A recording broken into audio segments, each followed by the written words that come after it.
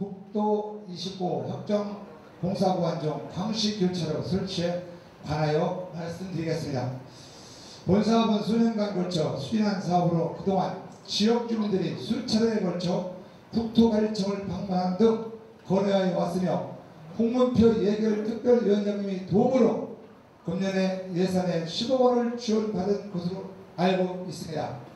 본교차로 공사를 위하여 금년 7, 8월경에 편입 토지에 대한 보상이 계획되어 있는 것으로 알고 있고, 기존 도로와 교차로 사이에 있는 농경지 약 2,500평이 쓸모없는 땅으로 남게 되나 국토관리청에서는 보상할 수 없다는 답변이 왔습니다. 남는 토지는 기존 도로보다 10m 가까이 지대가 낮아 통풍이나 일조량이 확보하기 어려운 여건으로 영농도 어렵다는 것입니다. 잔여 토지를 매입하기 위해서는 약 3, 4억 원이 소요된다고 합니다.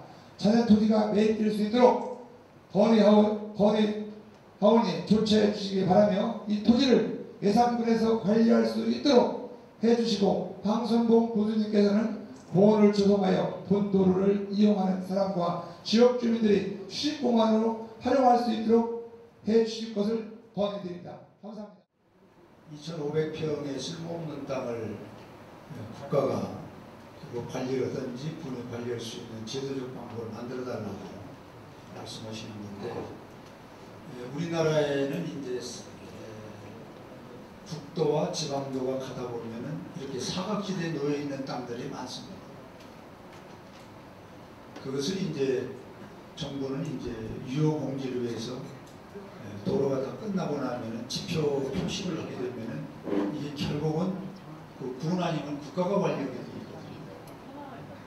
그래서 이거는 지금 초창기에 지금 여러분들이 공사가 지금 이제 10억을 요구했는 거는 우리가 매년 우리가 금만 그어놨지 시간한장 예산이 없어서 설계비 그리고 타당성 조사 비용으로 이제 이거를 넣어놨는데, 이것을 이제 그리다 보면은 지금 여기 2,500평이라고 표현하셨는데 3,000평이 될 수도 있고 2,000평이 될 수도 있고, 어쨌든 사각지대는 있다는 것은 우리도 긍정적으로 받아들여야 된다고 보고, 이 부분을 아까 위원장이 지적하신 대로 어떻게 관리할 거냐는 것은 이 도로가 형성이 되면서 해도 늦지는 않습니다. 그래서 이건 조금 시간적으로 사업과 맞물려서 이 문제를 결정하는 것이 군 당국이나 정부도 필요합니다. 지금 본 사업이 끝나지도 않았는데 여기에 지금 소위 우리 말로는 자투리 땅이라고 그럴까? 지금 사각지대에 있는 것을 어떻게 하겠다, 이렇게 정부가 먼저 얘기할 수는 없을 거예요. 그러니까 이건 좀 기다리면서 설계부터 이 부분을 어떻게 할 거냐 하는 걸 좀 관심을 갖고 제가 걱정을 하겠다, 이렇게 답변을 드립니다. 지난번에 홍문표 국회의원님께서 꼬덕을 국정 저거를 할 때 제가 예당 산단에 많은 좋은 기업을 유치해달라고 부탁드린 있습니다. 우리 꼬덕에는 그 주물단지라는 그런 엄청난 일이 벌어져서 많은 어려움을 겪었기 때문에 지금 새로 신설된 예당 산단에는 가장 좋은 기업을 유치해달라고 제가 부탁을 말씀을 드린 적이 있습니다. 거기에 대해서 한 말씀을 듣고 싶고요. 군수님은 워낙 잘 아시기 때문에 제가 별도로 따로 부탁을 말씀을 드리겠습니다. 그 문제만 저는 말씀드리고 싶습니다. 고덕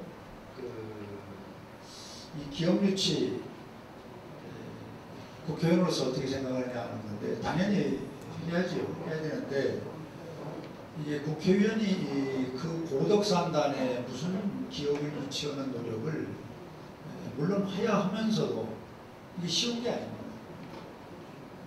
지금 제가 이유를 대는 것 같습니다만, 충남도청이 300만 평의 부지를 선정해놓고 거기 공공기관이 126개가 들어와야 되는데 지금 60개가 못 들어왔어요. 그래서 이 충남도가 아주 사명을 걸고 유치를 해요. 공공기관이 안 들어옵니다. 조건이 안 맞으니까 그래요. 이렇게 이제 충남도가 아주 전략적으로 전폭적으로 하는 이 소위 공공 유치도 안 되는데 고덕의 산단을 유치한다는 것, 산단에 어떤 공공기업이나 공공기관이 들어오는 것은 상당히 쉽지 않습니다. 그래서 이 문제는 제가 섣불리 뭘 어떻게 뭘 앞으로 넣겠다, 뭐 어떻게 하겠다 이렇게 얘기할 수는 없고, 단지 이제 이것을 하시려면은 군하고 협의를 하셔가지고 충남도에서 이 유치 박람회 같은 걸 한번 할 필요가 있어요. 유치를. 무슨 말씀인지 알겠어요? 예. 그러면은 고덕 연민이 이 고덕 산단을 유치한다는 것은 아주 왜소하고 적을 수밖에 없습니다.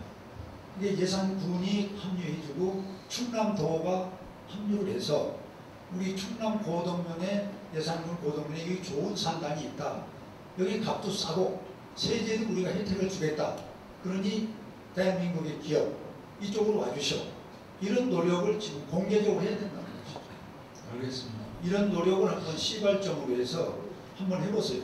예. 그러면은 제가 도에는 저 나름대로 또 좀 도와드릴 테니까 그렇게 해서 한번 공개적으로 이런 소위 미팅 또는 사업 유치를 위한 노력을 하는 것도 하나의 방법이라 생각하고, 거기 국회의원이 좀 노력할 수 있는 게 있으면 제가 더 열심히 하겠습니다. 예, 감사합니다. 예, 이해해 주시고요.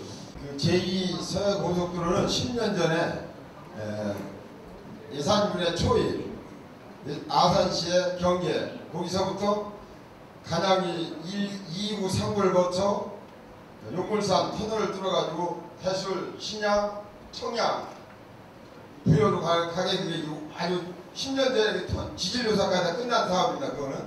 근데 요 근래 이제 뭐 포스코에서 민자로 그 사업이 민자로 넘어가는 바람에 이쪽 뭐 내륙권으로 이쪽 그 계획이 완전히 변경이 됐는데 지금 그쪽에서 지금 반대 여론이 굉장히 많습니다. 그래서 저는 될 수 있으면 그 예산군의 초입 그쪽에 RC가 나오면서 예산군의 모든 농산물이 서울 도착, 가락동 농수산물 시장에 도착하는 시간 30분이 빨라집니다. 그럼 30분에 빨라지는 값을 우리 예산군 농민들이 시세를 30분에 대한 값을 더 받을 수 있습니다. 그쪽에 RC가 생기면 초입에. 그러니까 그거를 우리 국회의원님께서 의지가 어떠신지 여기서 확실히 좀 밝혀주시고, 그 다음에 이제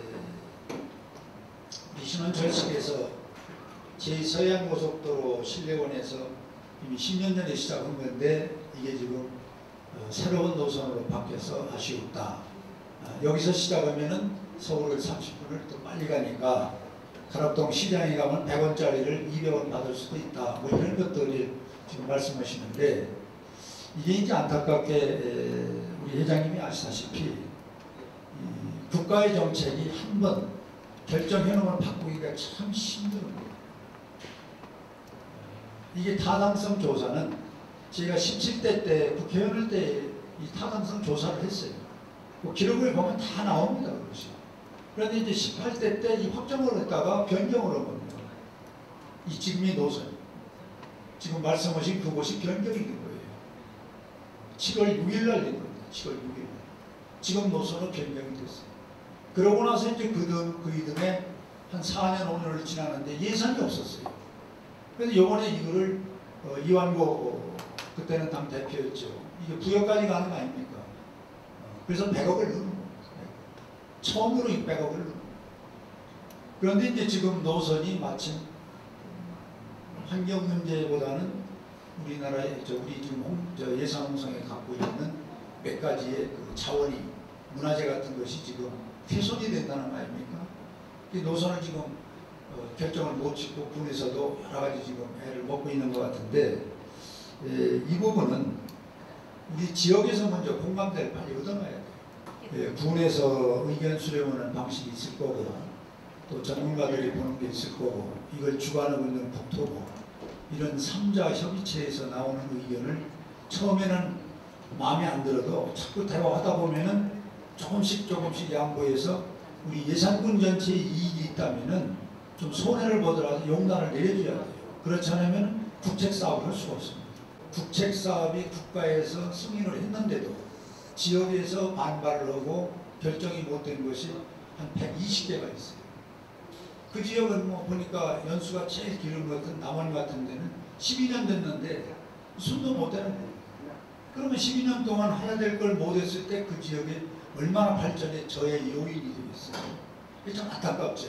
그래서 저는 우리 예산 국민들이 좀 다소 이것으로 인해서 좀 어려움이 있더라도 자꾸 대발을 해서 중지로 모아서 국가에서 오는 사업은 빨리 받아야 됩니다.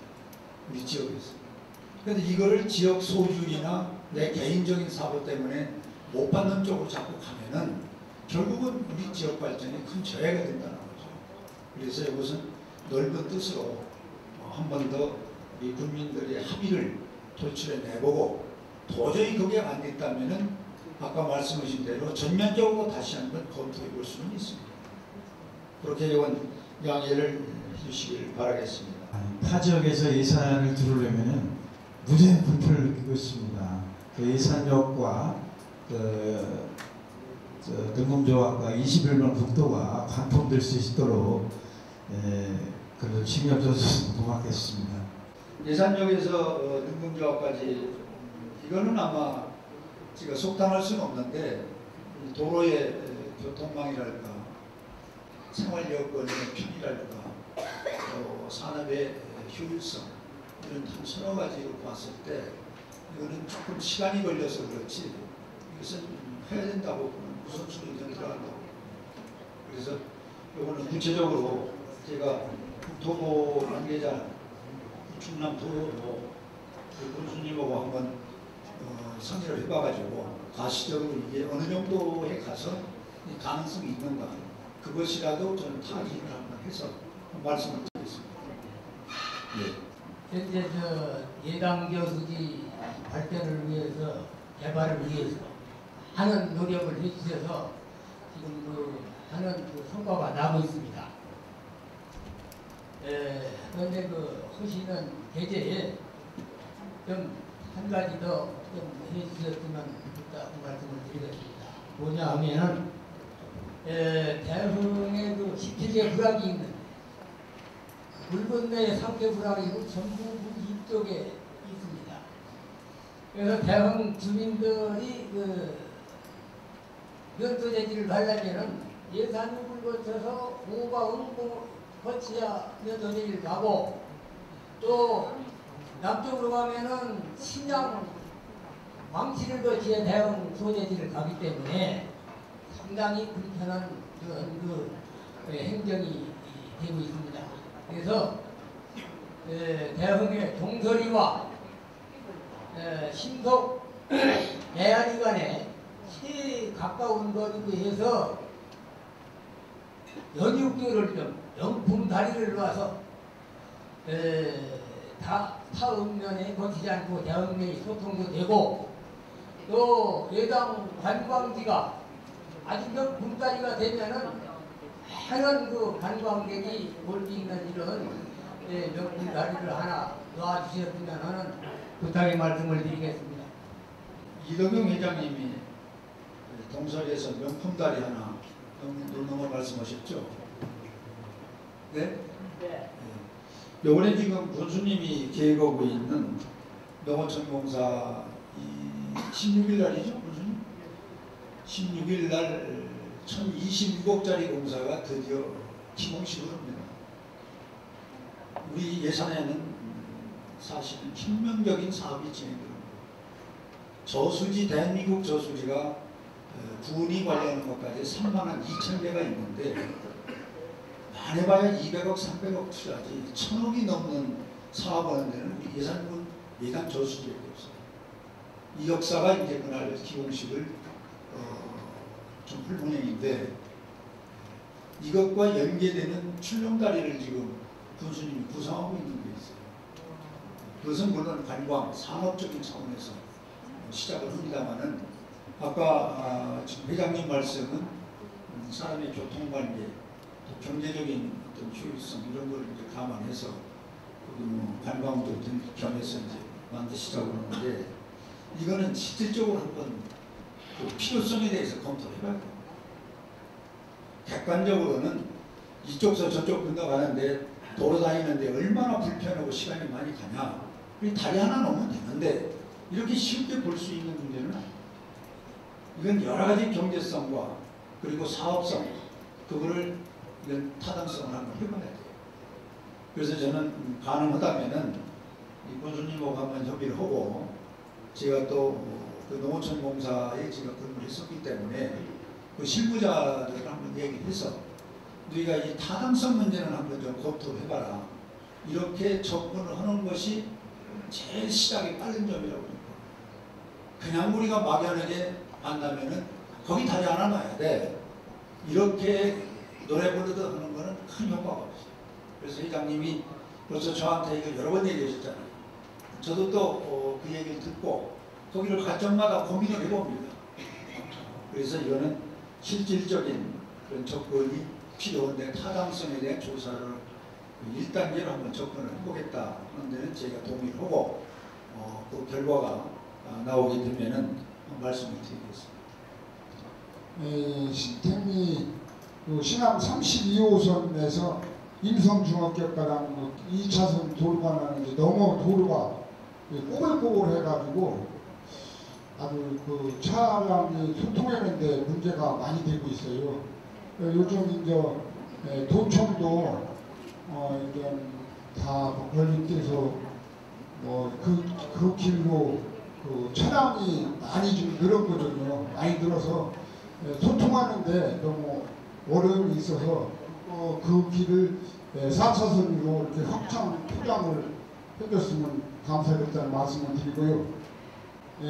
군수님께도 아까 신암만 얘기하는 것 같은데요. 신림에서도 아까 IC 문제가 얘기 나왔는데 저희 신암면에서는 고속도로가 어떤 쪽으로 가던 대개 이렇게 보면은 고속도로라는 것은 시군을 지나갈 때 보면은 초입에가 많이 이렇게 넣는 거로 알고 있거든요. 그래서 저는 예산군 초입에 IC를 좀 해줬으면 좋겠다는 그 두 가지 고민 말씀을 드리겠습니다. 35호선 4차선 말씀하신 거죠? 이것도 저도 여기 몇 번 가면서 또 지난번에 저한테도 몇 번 말씀을 해주시고 해서 지난번에 그쪽 행사 있을 때 제가 중간에 차도 내려서 한번 보고 했는데 교통량이 많이 늘어났죠, 이쪽에. 예, 그쪽에 요즘 이제 도청이 생기는 바람에 32호선 온양역 쪽으로 그대로 타고 가는 차선이 많아요. 네. 거기서 이제 병목이 여기 자리에서 병목이 생겨갖고 이제 도청 가는데 불편하고 그래서 지난번 그 도의 계획실장이 예산 때문에 올랐을 때 이 얘기를 한번 했었습니다. 근데 도 자체 예산이 없으니까 자꾸 핑계를 의원님이 주시면 주로 합니다. 이렇게만 얘기해서 그렇게 좀 알고 도에서 분명한 소신을 갖고 우리가 얼마 예산 중에 얼마를 댈 테니 국가가 어느 정도 도와주셔. 이렇게 해야 이 사업이 되지 무조건 오고 국교만 달라고 당신들 얘기해서는 안 된다. 이렇게 해서 이제 계획실장을 돌려보낸 일이 있는데요. 이것은 우리 군수님하고 도의회도 그렇고 한번 이것도 타당성 조사를 한번 시켜보겠습니다. 그렇게 해서 언제쯤 이게 어떻게 될 것인지를 그 가능성을 그 결과를 나오는 걸 보고 말씀드리겠습니다. 지금 도로 하나 개설해서 확장하는 것이 국가로서는 육가원칙이라는 기본이 있습니다. 여러분들 지금 서해안고속도로를 우리 예산군민들은 잘 활용을 안 하시는데 이 서해안고속도로가 생길 때는 충남도의 소위 인적 자원과 그리고 경제적 유통관계 때문에 사실 만들어진 겁니다. 그런데 지금 현재는 서해안고속도로가 경부고속도로가 더 밀려요. 더 어렵습니다. 여러분들 금요일날 하면 그쪽으로 일부러 가보십시오. 이 경부고속도로는 전용 차선이라 주시니까 빠지는데 이건 한 번 맥히면 꼼짝을 못해요. 그럼 왜 이럴까? 제가 고민을 많이 했어요. 이게 17대 때 내가 이거 어렵게 시작해서 서천까지 간 건데 나중에 정권이 바뀌고 힘이 있는 사람이 오니까 목포까지 연장한 거예요. 이 현실입니다, 이것이. 그래서 제가 이번 얘기를 연장을 하기 전에 이거를 딴 방법으로 좀 뚫어보려고 회전대학 학생들하고 서문대학인가 걔들 7만 5천 원씩 주고 일주일 동안 거기다 세워놓고 차량 조사를 했습니다.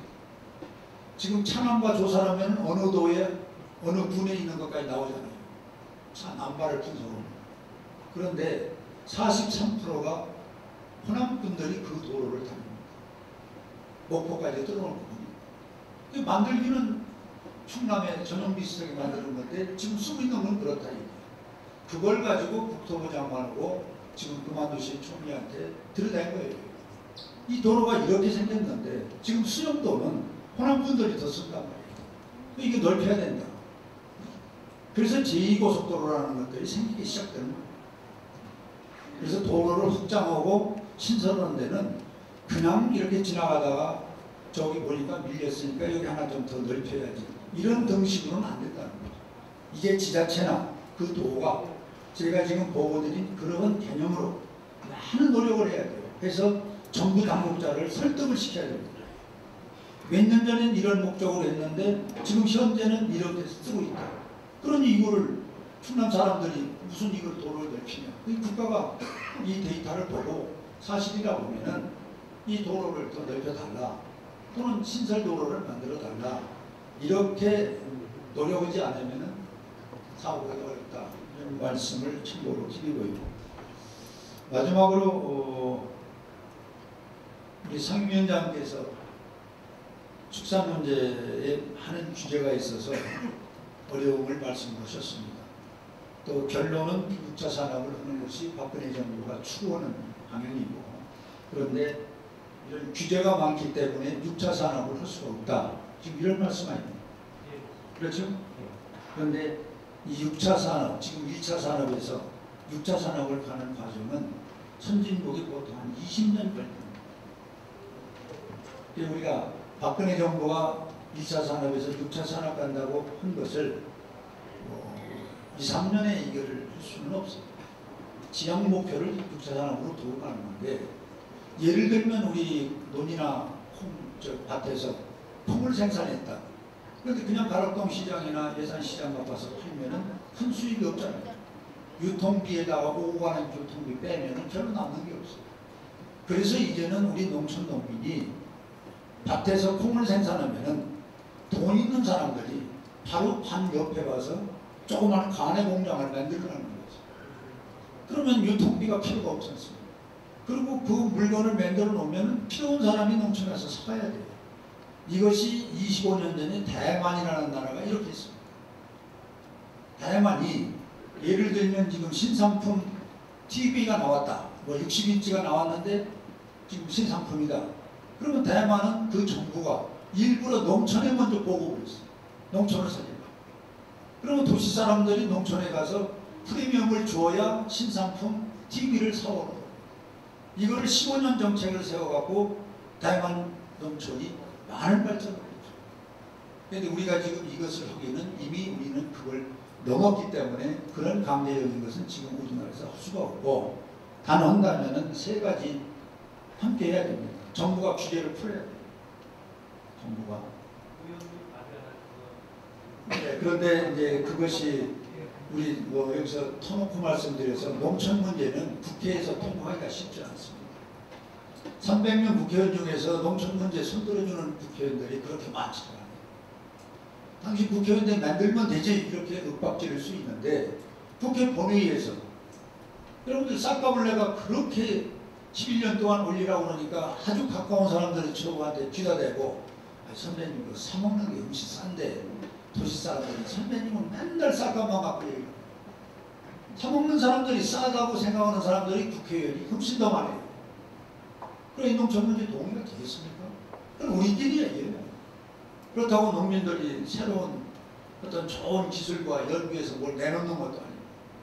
그래서 저는 이런 말씀을 드리고 싶어요. 정부가 올해부터 상당한 규제를 풉니다. 제가 말씀하신 그런 속 시원한 규제를 다 하는 목표도 시설자금, 운영자금, 이거 요번에 3.5%, 3%짜리를 1.5%로 전부 하향 조정했어요. 그래서 이제 자금을 우선 장비와 그리고 금리를 내려주면은 이제 농촌에서 축산업 하는 분들이 또 농민들이 시설 자금과 운영 자금을 그만큼 싸게 쓰면은 이제 그만큼 또 세이브가 더 되지 않겠어요. 이제 이런 것들 그 다음에는 여기 이제 뭐 축산의 전문가들이 많이 계신데 축산의 사료 문제를 해결하지 않고는 방법이 없어요. 84%를 외국서 사료를 수입해 갖고 한국 축산 희망이 있습니까? 특수한 사람들 몇 빼놓고는 방법이 없어요. 그래서 사료를 작업률을 높이는 방법을 우리 예산군이 지난번 군수님이 연구를 많이 하시더라고요. 우리 저 큰 제방뚝이나 우리 저 이 야산, 이 완경산 옛날에 콩 심고 팥 심고 보리 심고 뭐 다 심었잖아요. 지금은 논과 밭 휴경농이 0.8%입니다. 우리나라에. 그리고 제방뚝이나 큰 데다가 콩 심고 팥 심는 사람 아무도 없잖아요. 그냥 놀리는 거지. 그래서 군에서 여유가 있다면 도가 있다면은 이제는 축산 사료를 재배하는 공간을 마련해주고 그곳에 사료를 재배하면 정책자금을 도와주는 겁니다. 정책자금. 장기 저리로다가 돈 주는데 축산농가가 사료 재배 안 하겠습니까? 그렇게 해서 축산농가가 극복해야 돼요. 그래서 사료 자금률이 84%를 수입하는 나라가 최소한도 우리가 50% 자금률을 올리면은 외국 사료에 우리가 놀아나지 않습니다. 그리고 마지막에는 질병이에요. 지금 구제역 벌어지고 뭐 AI 터지는데 그 전 보상하고 살처분 비용이 올해만 해도 6,700억이 들어갔어요.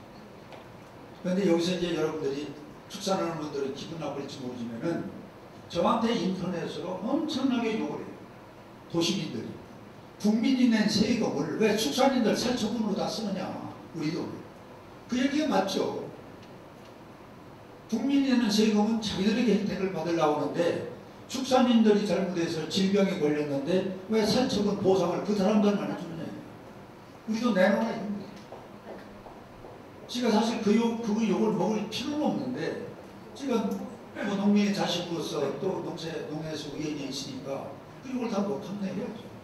전부 뭐 리플도 달아주고 답변을 주면은 그거는 막무가내입니다.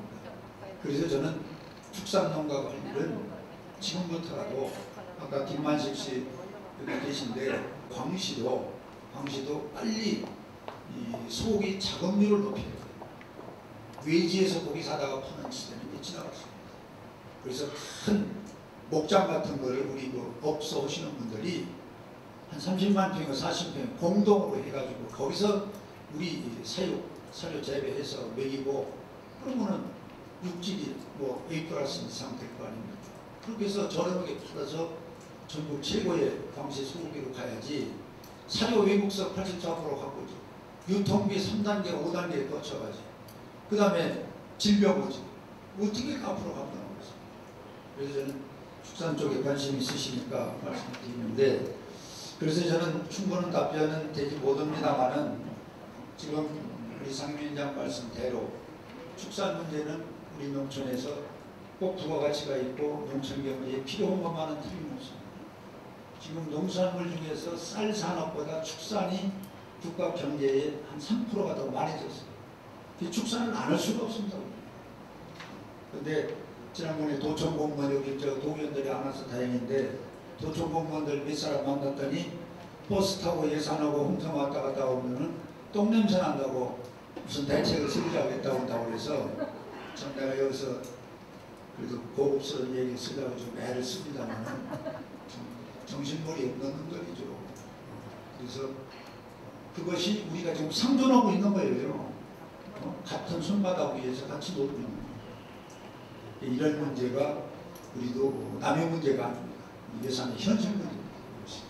그래서 저는 이 축산 문제 꼭 필요한데 아까 이 세 가지 문제, 질병의 문제, 유통의 문제, 사료의 문제를 어떻게 할 거냐 하는 것을 국가에게만 다 맡기는 것은 안 맞는다. 축산 농가도 여기에 고민해야 돼요. 그리고 연구를 해요. 그래서 정부와 군청 당국자가 모르는 것을 축산 농가가 먼저 거꾸로 가서 이해를 시키고 설득하는 그런 노력도 필요하다는 거예요. 전부 해주기만 바라고 안 되는 건 전부 머리띠 들고 보상해달라고 이제 이런 시대로 가면 저는 안 돼요. 그래서 제가 이런 말씀을 감히 드리니까 우리 상비위원장들 이해해 주시고요. 제가 시간을 많이 잡아먹고 있는데 꼭 한 가지 부탁을 좀 여러분들이 드리고 싶은 것은 FTA를 우리는 거역할 수가 없습니다. FTA는 숙명적으로 받아들여야 돼요. 지금 준비가 안 돼서 우리가 좀 많은 문제 제기를 하는데 어쨌든 FTA는 받아들여야 됩니다. 국제 세계화는 대한민국이 우리만 문을 닫아놨을 때 세금 정책 써갖고는 우리나라는 견디질 못합니다. 땅덩어리 좁죠. 자원 없죠. 어떻게 할 거죠. FTA를 해야 되는데 FTA를 해서 이익을 우리가 남는 장사를 해야 됩니다. 그게 뭐냐. 우리가 전자제품, 컴퓨터, 공산품이 지금 이익이 남잖아요. 그래서 지금 정부는 어떤 정부든 이렇게 얘기를 합니다. FTA 세계화 국제화를 위해서 해야 된다. 그런데 그 이익은 국민에게 돌려주겠다. 이렇게 말을 해요.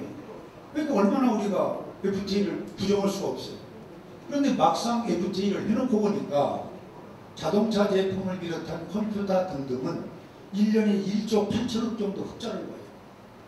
그런데 농촌, 농민, 어민들은 한 8천억 정도 또 손해를 보고 있어요. 그래서 제가 지금 법안을 내놓은 게 FTA로 인해서 이익을 보는 것은 이익을 보면은 이익 보는 사람이 손해 보는 사람을 좀 도와주자는 거예요. 이게 FTA 이익 공유제법이라는 거예요. 이게 지금 법사위원회 대행이 있어요. 그런데 내가 농민단체한테 수도 없이 이거 서명해달라고 해도 서명을 안 해요. 농민단체. 여기 축산인도 마찬가지예요. 이런 정신 가지고 어떻게 FTA를 이겨나가겠어요. 그러고 나니까 이제 법을 아는 법사위원 전문위원들이 저한테 와서 이제 사정을 합니다. 대한민국에서 자유민주주의 경제국가에서 이익 남았다고 해서 손해보는 사람 출하는 법은 없다는 거죠. 그래서 제가 이렇게 얘기를 합니다. 너 적십자 회비 정부가 받잖냐. 적십자 회비가 뭐냐. 세계 평화를 위해서 어렵고 고통받는 사람을 위해서 국민들이 십시일반 내서 어려운 사람 도와주자는 거 있냔 말이에요. 또 사회적 기업정신, 너분하고 같이 잘 살자, 동반정신. 이거 정부가 캐치프레스를 내놓고 가고 있는데 FTA를 해가지고 이익 남는 놈이 있고 손해보는 사람이 있다면 정부가 이걸 해결해줘야지 누가 해결할 거예요. 그래서 내가 내놓은 법안이 FTA 이익 공유제법, FTA로 인해서 이익을 보는 사람은 손해보는 사람을 도와주자는 거죠. 그러면 예를 들어서 18조 이익 보고 공산품이 이익 보는데 8천억 손해보고 있는 농민들에게 조금만 도와주자는 거죠. 그게 제가 낸 요지입니다. 그래서 10조 정도를 기금을 모으면은 지금 우리 농어촌 농어민들 축산인이 손해보는 것을 80%까지 해결할 수가 있어요. 80%까지. 10조를 그럼 어디서 버릴 거냐. 기업에서 남는 거에서 5조 정도를 10년 동안에 걷는 거예요. 기업인들한테. 이익 남는 분에서. 1년에 18조 남으니까. 거기서 그걸 조금씩 걷잖아요. 두 번째는 여기 농협조합장들 계신데 농협은 농민은 농협이에요. 그러면 농민이 지금 어려운데 좀 농협에 도와줘야죠. 자꾸 자회사만 키우고 저 중앙에서 이상한 자꾸 짓 하지 말고 이익 남는 거 뭐 하이타이나 주고 호비 주고 뭐 섭 갖다 주고서 이걸 하는 사업 이런 거 하지 말고 이 기금을 좀 내놔라 이제 기금 농협에서. 그게 한 2조를 농협에서 내고 나머지 모자라는 거 3조는 정부가 내요. 그래서 10조만 만들면은 FTA를 80%를 우리 스스로 이겨나갈 수가 있습니다. 이것이 저는 김대중 대통령 때 IMF를 당했을 때 금모으기 정신으로 먹었어요. 금모으기. 그때 우리 금모으기로 IMF 이겨나갔잖아요. 그래서 이런 정신으로 우리가 이 FTA를 이겨나가고 하면은 충분히 저는 길이 있는데 그걸 할 수 있는 것은 지금 서명을 해달라는 거거든요.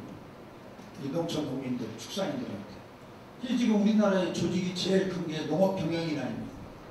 오늘 아침에 내가 혹시라도 여러분하고 얘기할 기회가 있을까 해서 아침에 전화해 보니까 8만 한 2천 명밖에 못 받았어요. 그 사회집이 있죠. 뭐 우리 농업단체가 48개가 있어요. 그들이 서명을 안 하는 거예요. 그래서 저는 속으로 농업을 그래도 자청하고 농촌을 얘기를 하고 이러는 분들이 이게 이익이 있는 법을 만드는데 왜 서명을 안 할까? 참 의문점을 좀 많이 갖고 있습니다. 그리고 12월 21일 날이 되면은 지금 여러분들이 쓰고 있는 면세료가 끊어집니다. 이런데도 농민단체 농민들은 아무 감각이 없어요. 그냥 가는 거예요. 그럼 안 되면 이제 뭐 머리띠 들고 난리요. 그래서 이 법안을 어제 그저께 다시 냈어요. 5년 연장법안. 면세가 요번에 끊어집니다. 한시법이거든요. 5년 단위. 12월 2일 날 끝나는 거예요. 그럼 이걸 누군가가 또 해서 5년을 연장해야 이 면세를 또 쓸 거 아닙니까?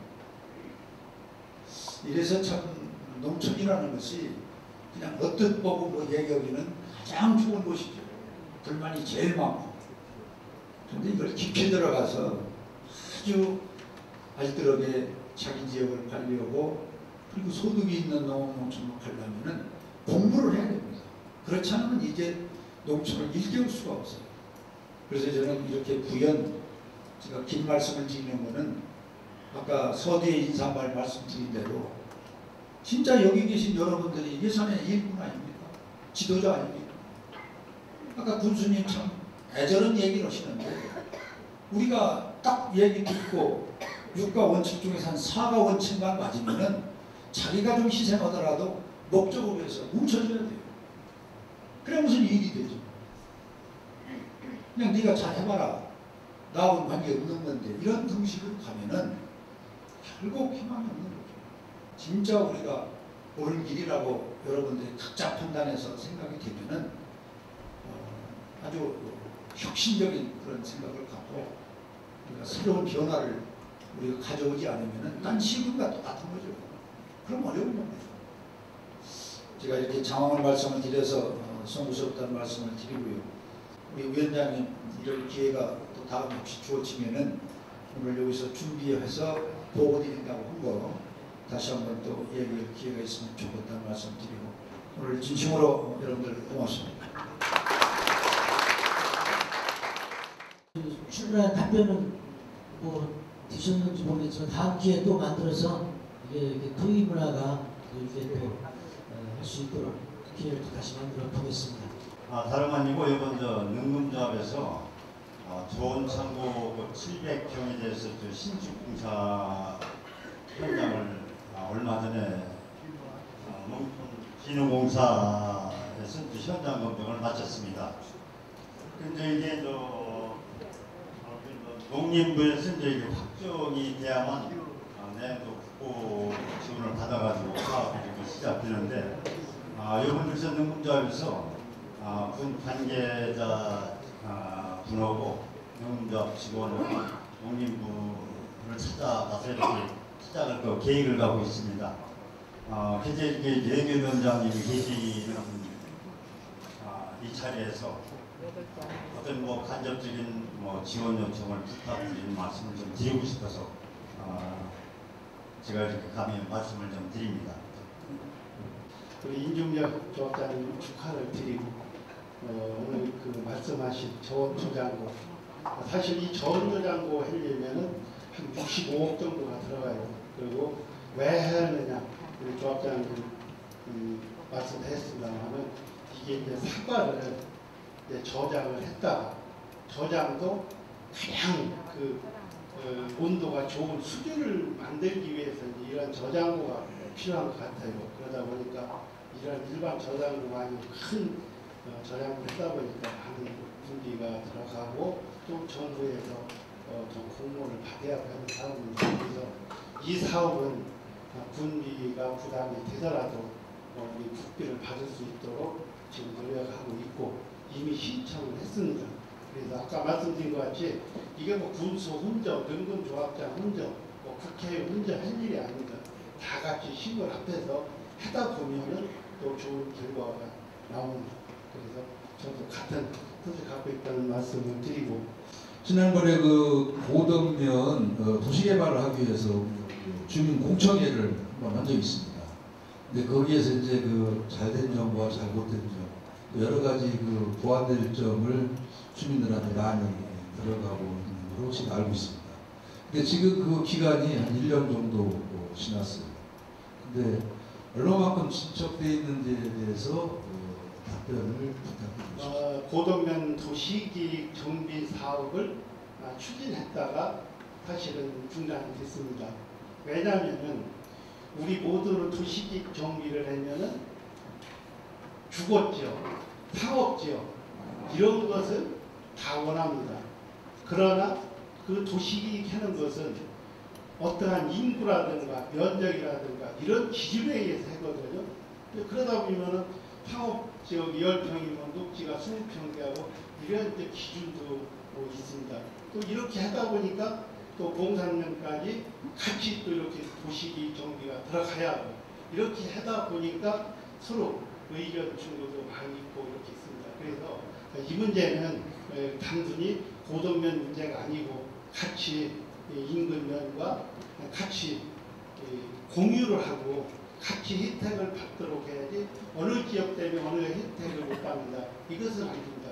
그러나 도시기기라는 것은 어쨌든 한 발씩 양보를 해야지 내 60만 원 할 수 있고 그것이 또 군수 혼자 할 수도 없는 거고 또 도시 전문가들이 의견을 해줘야 하기 때문에 그거는 아마 시간을 갖고 더 검토를 했겠고 그렇게 좀 이해를 해주시기 바랍니다.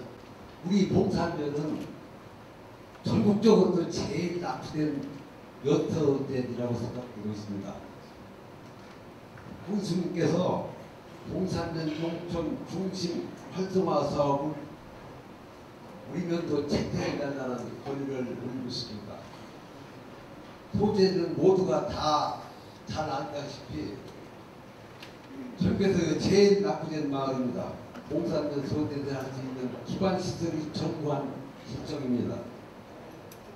그래서 납부된 봉산면 소재지를 도로 개선 등 기반 시설을 조성하여 면 소재지를 활성화시키고 봉산면 농촌 중심지 활성화 사업이 선정될 수 있도록 간곡히 부탁드립니다. 이 봉인이 한개불하게도 26억 사업 들어갑니다. 그리고 제가 군수지도 특별교부세 개사업 제일 먼저 특별교부세 딴 데가 봉산면 지역이 우리가 고덕면 아까 면소재지 정비사업 주의도 생각을 하고 있습니다. 그런데 2016년도 사업은 덕산면과 응곡면이 이미 신청이 돼서 엊그제 발표까지 했습니다. 그래서 지금 결과만 나오기 기다리고 좀 좋은 결과가 나오도록 하고 있습니다.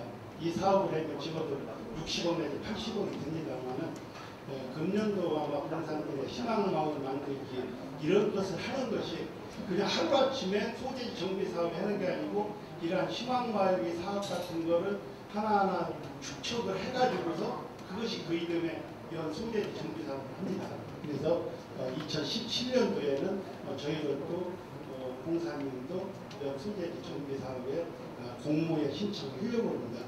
이 사업이 어떻게 보면 신청하는 게 아니고 공모를 해서 발표를 가서 면민들이 가서 발표하고 그 심사 받아서 이렇게 하는 겁니다. 그래서 이것은 군과 행정 분야이고 우리 주민이 함께 되어 이것이 이루어집니다. 그래서 2016년도는 그렇게 됐고 2017년도 사업에 같이 고민을 하겠다는 말씀을 드리겠습니다. 예, 우리 또 수상원 우리 회장님 좋은 말씀 많이 해주셨습니다. 그런데 저는 그렇게 생각합니다. 충남도청이 내포시대에 옴으로써 우리 산군이 40%, 정확히 38%, 그래서 62% 그렇게 토지가 구분이 됐습니다. 구분이 되면서 그 당시에 충남도청을 예산과 홍성 가운데에 앉힌다고 해서 그렇게 위치했습니다. 그것까지 맞습니다. 그러나 이 내포 신도시를 전체를 한 번에 할 수 없기 때문에 1단계, 2단계, 3단계로 사업을 구분했습니다. 그러면은 우리가 지난번 삽교역 신설 이거를 이미 삽교역이라는 저기 서해복선 전철 다 공고되고 나서 그제서들이 이미 공포해서 사교육이 없는 걸 가지고서 문따고 우리가 해서 6만 명이 서명도 받고 이렇게 했지 않습니까? 이미 지난 거를 해자니까 얼마나 어려웠습니까? 그동안이 안 된다 하다가 결국은 그래도 우리 지역 국회의원이 국정원 참 외교위원장을 햄에 따라서 그 힘과 우리 주민들 6만 명이 서명해가지고 그 사교육시설 지금 어렵게 해서 지금 이제 164 확정돼서 해달라고. 바로 충남도청도 지금 우리가 여기서 그 지자체가 지금 한 25년 되면서 각 지역마다 축제들이 많이 열리는데 정말로 저도 그 예산군 살면서 예산군의 정말로 대표적인 축제가 시대로 이루어지지 못하는 것이 안타깝습니다. 그래도 우리 국민들은 항상 그 제사상에 가장 육류가 최고로 알고 있는데 축제라고 하면 먹거리 축제가 최고인데 지금 한원타운이 생긴 데가 광시가 34년이 됐습니다. 그런데 지금까지도 한 번도 축제도 열지 못하고 제자리 걸어가고 있는데 충남에서는 이 주변에 가까운 홍성이 양동이나 축사가 유명한데 그래도 한우라면 충남에서는 광시 한우를 가장 꼽히고 있습니다. 그런데 지금 예당도시 같은 그 낚시대회 할 때 우리가 많은 그 참조를 하고 협조를 해주고 엊그제도 그 쌍꺼 커플대에 부모님 참석하셨지만 거기도 참 물을 씻기도 하고 이렇게 많이 하는데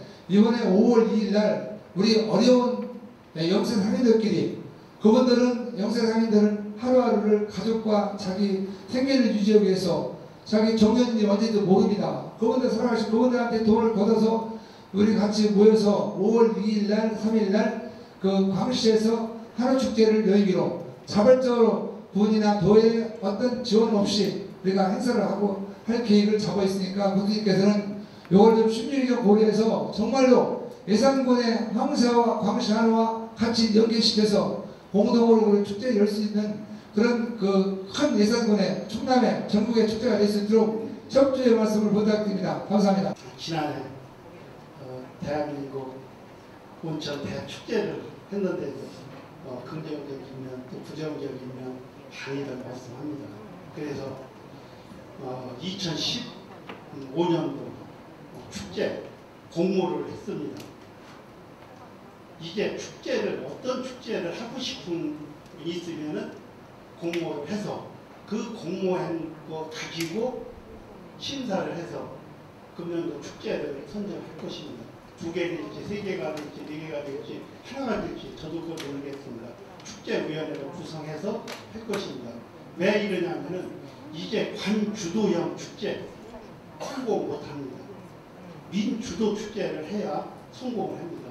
그리고 이제 축제 어떠한 군에서 이거를 하자 하고 예산 투자 보장은 아까 김만식 회장님께서 5월 2일날 2, 3일날 자체적으로 축제를 한다고 했습니다.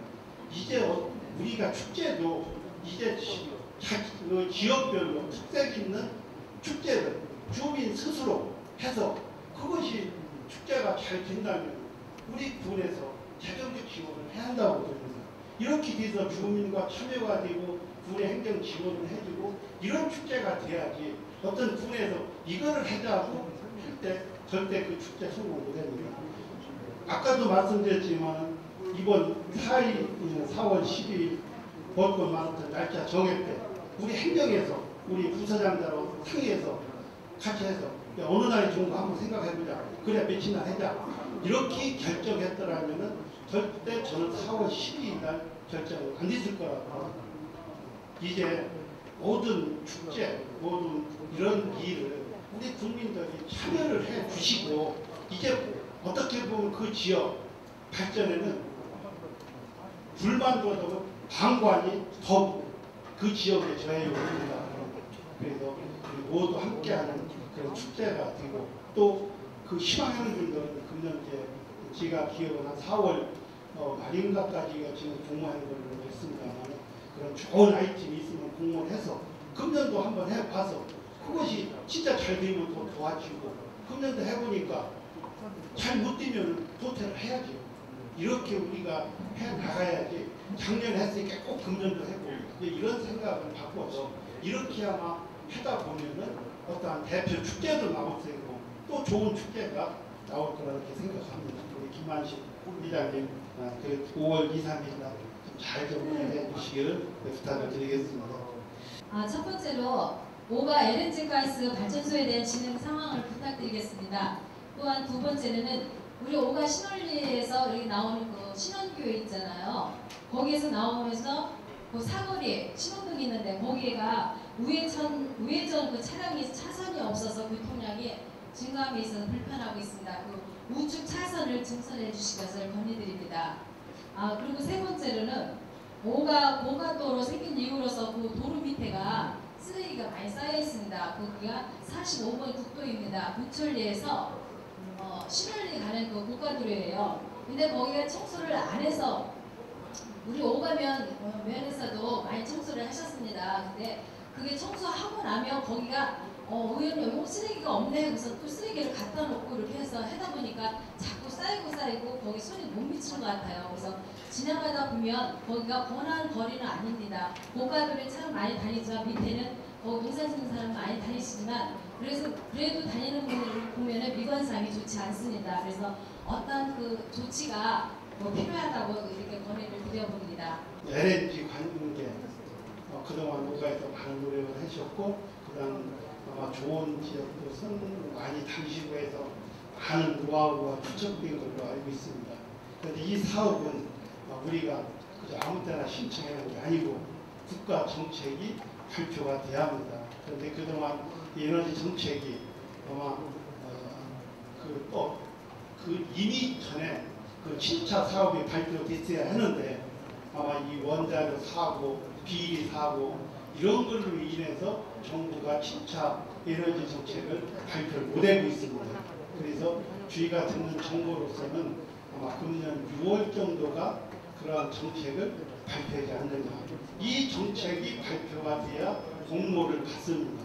그래서 그때 정책 되는 거 봐면서 공모를 하겠습니다만 이 사업도 마찬가지입니다. 공모하는 게 중요한 게 아니고 과연 그 지역분들이 그 사업을 얼마나 희망을 하느냐 그것이 가장 중요합니다. 이제 정부 공모하는 사업 어떠한 행정적 지원도 중요하지만 그 주민들이 얼마나 많은 참여를 해주고 하느냐 이것이 많은 점수를 좌우하고 있습니다. 그래서 저희들도 아마 금년 6월 이렇게 발표하는 걸로 예상을 하고 있어서 여러 가지 채널로 정보를 입수하고 그걸 대비하고 있다는 말씀으로 대신을 하겠습니다. 그리고 함께 국도 유지와 좀 계속 협의를 해 나갔다는 그런 말씀을 드립니다. 그리고 쓰레기 문제. 쓰레기 안 버리면 깨끗할 텐데 누가 버리라고 얘기했는데 그래 하여튼 우리가 좀 다녀보면은 참 조금 후미진 데 이렇게 육교 밑 이런 데 많이 버리는 거 봅니다. 그래서 저희도 제가 금년도 3월 달에 들어서 환경을 일제 정리를 해라 해서 많은 노력을 하고 있습니다. 이제 우리 조명대 회장님 과거에는 그냥 깨끗한 환경 이런 걸로 해서 환경 시책을 했습니다만 이제 환경이 깨끗하면 그 지역이 발전되고 그 원동력이 되고 그 지역이 깨끗이 못하면 퇴보되는 이런 것이 학술적으로도 나타났습니다.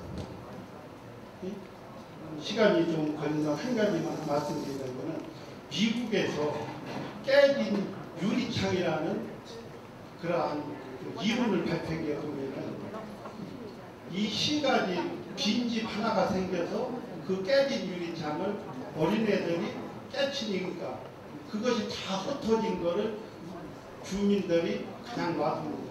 또 옆집이 빈집이 생겨 또 깨지고 합니다. 이렇게 되다 보니까 결국은 그 지역이 빈민촌이 되고 범죄가 늘어나고 거지가 모이고 하다 보니까 그 지역이 바로 빈민촌이 되어버렸습니다. 그런데 이것을 뉴욕시장하고 경찰서장이 8년 후에 이게 안 되겠다 하고서 그거를 대대적인 환경정비를 해서 깨끗하게 해놓으니까 다시 새로운 도시로 형성됐다고 합니다. 이제 우리가 주변을 깨끗이 하고 하는 이유는 이제 주변도 깨끗하지만 우리 지역을 잘 가꾸고 또 발전지는 지역을 만들기 위해서는 이제 환경도 이제 지역 개발의 한 부분이 또 차지하고 있다는 것이 학술적으로 증명된 겁니다. 그래서 금년도 많은 활동했습니다만 이 지역 다시 한번 되살펴보고 정영구가 계속 불법 투기 지역이라고 판단이 되면은 CCTV라도 설치해서 근본적인 대책을 강구하는 걸로 노력을 하겠다는 말씀을 드리겠습니다. 역사에 관한 그런 말씀을 하셨는데 지난번 신문지상에도 나왔지만 우리가 옛날 축제의 주제가 될 수 있는 의존 형제 공원이 대형에 있고 그 전국적으로 이제 그 축제를 하다 보니까 알려져 있습니다. 그때 그 농식 라면에서 라면을 선전할 때 형님 먼저 아우 먼저 이래가지고 그게 의존 형제라는 그 캐릭터가 농심이 갖고 있잖아요. 그래서 우리가 그거를 이제 빌려 쓰고 있는데 그 기간이 도래한 것 같은데 예산군에서는 그것을 앞으로 향후 어떻게 하고 계신지 어떤 계획이 있으신지 말씀해 주시기 바랍니다. 의존 형제 지금 하신 말씀 맞습니다. 농심에서 갖고 있습니다. 그래서 지금은 그분들이 많이 안 쓰지만은 우리에게 그저 어떠한 그 기준에 의해서 적은 돈이 지금 협약을 쓰고 있습니다. 그러나 이것이 또 더 브랜드가 높아진다면 또 가져갈지도 모르지만 사실은 어떻게 보면 의존 형제 불안전한 우리 브랜드입니다. 그래서 그것을 주의 욕심대로라고 하면은 저희들이 인수해서 사고 싶고 그런 결정도 했습니다만 회사 기업의 삭금이라는 것은 그건 절대 안 되잖아요. 그래서 여러 가지 생각을 하고 있고 그래서 제가 금년도에 지금 발족했습니다만 우리 지역의 브랜드가 의존형제, 뭐 갤러리, 뭐 기왕 이런 많은 것이 있습니다. 이것을 저는 개인적인 심정은 다 없애고 통합하고 싶은 마음입니다. 그러나 기왕에 돼 있는 것을 통합한다는 것도 쉬운 일이 아니더라고요. 그래서 금년도에 예산을 확보해서 현재 있는 브랜드는 브랜드고 과연 예산군에 상징할 수 있는 브랜드가 무엇이 있을까? 이것을 금년도에 용역을 주어서 회계에서 이미 발표를 했습니다. 저는 이 용역을 발표하면서 저도 생각이 있습니다. 이런 걸 했으면 좋겠다는 생각이 있지만 절대 이게 필요 안 되는 이유가 우리 부서부도 그런 얘기 있습니다. 이번 예산군 브랜드 하나 만드는데 어떠한 군수 생각하고 하려고 하지 말아라. 이 브랜드 하나를 정해서 예산군의 브랜드가 진짜 꽤 잘 됐다고 국민이 평가를 해준다면은 저는 그 브랜드를 예산을 들여서 전국 매스컴 즉 9시 뉴스 전후로 해서 돈을 들더라도 홍보비를 들여서 집중적인 홍보를 해서 예산하면 그거 이렇게 할 수 있도록 만들려고 합니다. 이게 아무리 좋은 브랜드를 만들어 놔도 홍보를 안 하면은 그것은 다 무용지물입니다. 그래서 진짜 앞으로 아마 많은 설문도 받고 또 참여도 하고 이런 절차를 밟을 겁니다. 전 진짜 소망은 이 1년이 걸리든 2년이 걸리든 정말 예산을 상징할 수 있는 그 브랜드 하나 꼭 만들어서 이것이 영원히 우리 예산하면은 그거다. 이러한 브랜드를 만들 그 각오를 갖고 지금 있습니다. 이렇게 된다면은 현재 여러 가지 브랜드 갖고 있는 분들이 이게 더 좋으면은 같이 합류를 할 거 아닙니까? 그럼 같이 합류하고 이렇게 해서 어떠한 우리 군에 대한 이미지를 꼭 하려면 만들려고 노력을 합니다. 오늘 저희들에게 국내 건의해 주신 거, 또 아까 홍영표 국회의원에게 해 주신 거, 이거를 저희가 앞으로 분정했는데 하나하나 검토해가며 반영했던 말씀을 드리고 오늘 이렇게까지 좋은 말씀 많이 해주셔서 고맙습니다. 감사합니다. 네, 지금 보니까 구수님 되게 긍정적이시죠?